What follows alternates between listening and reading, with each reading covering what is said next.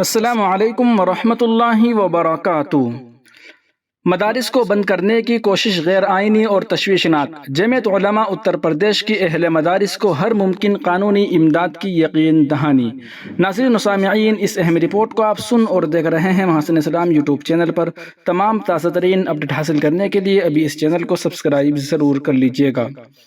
حکومت کے ذریعے مدارس کو بند کرنے کی کوشش اور مدارس کے خلاف کیے جا رہے اقدامات پر جمعیت علماء اتر پردیش نے گہری تشویش کا اظہار کیا ہے اور اہل مدارس کو اپنے دستاویزات و رجسٹریشن کے سلسلے میں ضروری ہدایات دیتے ہوئے کہا کہ اگر مدارس کو کوئی نوٹس موصول ہو تو جمعیت علماء اتر پردیش سے رابطہ کرے۔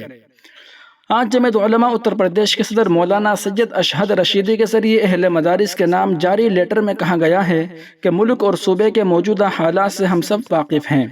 فی الوقت مسلمانوں کے تعلیمی اداروں کو غیر قانونی بتا کر پریشان کرنے، دھمکانے اور جرمانہ وغیرہ کا خوف دلا کر ان کو بند کرانے کی پالیسی پر عمل کرنے کی نامناسب اور غیر آئینی کوشش کی جا رہی ہے، جو ایک قابل تشویش امر ہے۔ آزاد بھارت کے جمہوری دستور کے معماروں کے ذہنوں میں موجودہ ناگفتہ احوال کا تصور بھی کبھی نہیں آیا ہوگا۔ جمعیت علماء اتر پردیش اہل مدارس سے یہ درخواست کرتی ہیں، گھبرانے اور پریشان ہونے کے بجائے درج ذیل امور پر عمل درآمد شروع کر دیں، انشاءاللہ خدا حامی و ناصر ہوگا۔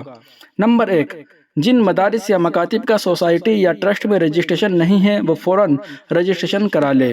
نمبر 2، جن مدارس یا مکاتب نے رجسٹریشن کر رکھا ہے اگر ان کو مدرسہ بند کرنے کا نوٹس ملا ہو تو برائے کرم نوٹس، رجسٹریشن اور بالائی لاز کی کاپیاں لے کر دفتر جمعیت علماء اتر پردیش لکھنؤ پہنچے، ان کا ہر ممکن قانونی تعاون کیا جائے گا۔